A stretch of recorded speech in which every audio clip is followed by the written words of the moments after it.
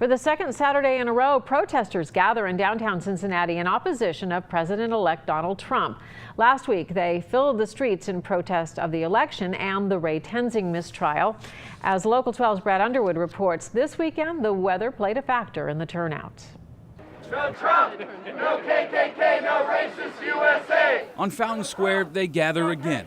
11 days after Donald Trump was elected president of the United States, demonstrations continue in Cincinnati. You know, it's a smaller turnout, but hopefully more people will show up. Eventually they did, but this turnout was nothing compared to last week's rally in March.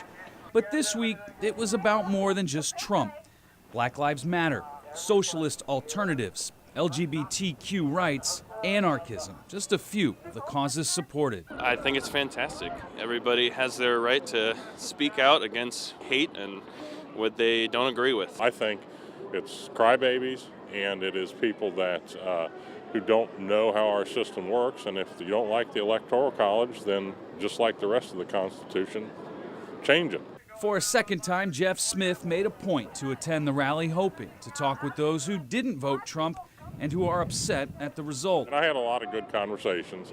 I was called a fascist and called some other things by some people who were unable to engage in civil dialogue. But I did have some good conversations with people. Like last week, the march was peaceful, minus one scuffle. Smith and another man got into it after Smith says the man repeatedly and purposely stepped on his foot. For Hannah Cook, being a part of this march and watching others around the country do the same is something she's still sorting through. I think it's simultaneously awesome and terrifying. Yeah, I don't know. I think it's great that there's so many other people who stand by their values and want the best for everyone, but I also think it's really scary that we were driven to this point in the first place. At Washington Park, organizers vow to continue marching in protest of the president-elect and in support of equality. Brad Underwood, Local 12 News. One person was arrested during last Saturday's demonstrations. No one was arrested today.